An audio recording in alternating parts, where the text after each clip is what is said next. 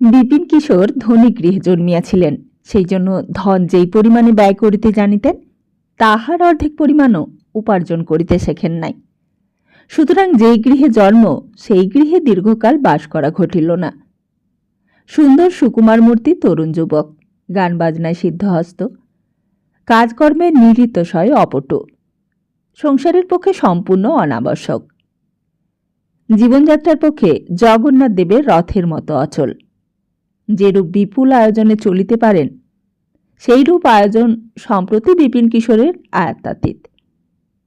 সৌভাগ্যক্রমে রাজা Chittaranjan court of words হইতে বিষয় প্রাপ্ত হইয়া শখের থিয়েটার ফাঁদিবার চেষ্টা করিতেছেন এবং বিপিন কিশোরের সুন্দর চেহারা ও গান গাহিবার এবং গান তৈয়ারি করিবার ক্ষমতায় মুগ্ধ হইয়া তাহাকে সাদরে নিজের অনুচর শ্রেণীতে ভুক্ত করিয়া লইয়াছেন।